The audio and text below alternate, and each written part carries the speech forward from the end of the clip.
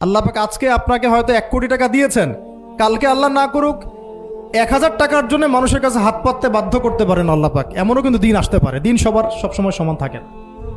আজকে আপনার কাছে 1 কোটি টাকা আছে, কিছু মনে হচ্ছে না, কালকে কে জানে আল্লাহ না করুক যে 1000 টাকা কারো কাছে চাইতে হচ্ছে, 1000 টাকার জন্য ঠেকে গেছেন, হতে পারে না?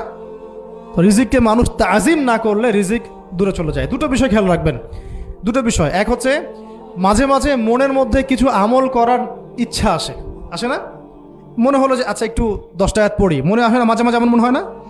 ওই সময় এই যে মনের মধ্যে যে এই ইরাদাটা জাগ্রত হওয়া, এটাকে আমরা বলি ওয়ারিদ। অন্য ভাষায় আপনি বলতে পারেন মেহমান। কি বলতে পারেন? এটা আল্লাহর পক্ষ থেকে আপনার কলবের মধ্যে মেহমান হিসেবে এসেছে। এখন আপনি যদি আমলটা করেন, সেই মেহমান বারবার আপনার কলবে আসবে।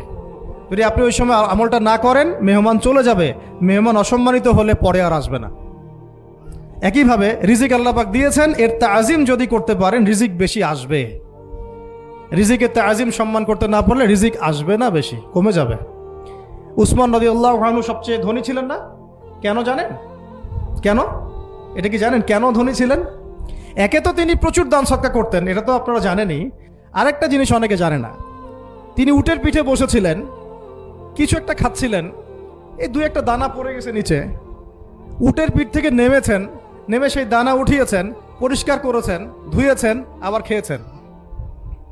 তার এই 2-4টা দানার কোনো কিন্তু মানে পরোয়া না করলেও চলে, তার প্রচুর অর্থ সম্পদ আছে। এত অর্থ সম্পদ যে তাবুক যুদ্ধের দিন 30,000 সেনাবাহিনীর দায়িত্ব নিয়েছেন। 30,000 সেনাবাহিনীর দায়িত্ব নিয়েছেন। সেনাবাহিনী যাবে, থাকবে, খাবে, তাঁবু টাঙাবে, সব দায়িত্ব তার। 30,000 সেনাবাহিনীর দায়িত্ব নেওয়া কি চারটাখানি কথা? তো এই সাহাবী এই কয়েকটা খাবারের দানা উঠিয়ে খেলেন। নবী সাল্লাল্লাহু আলাইহি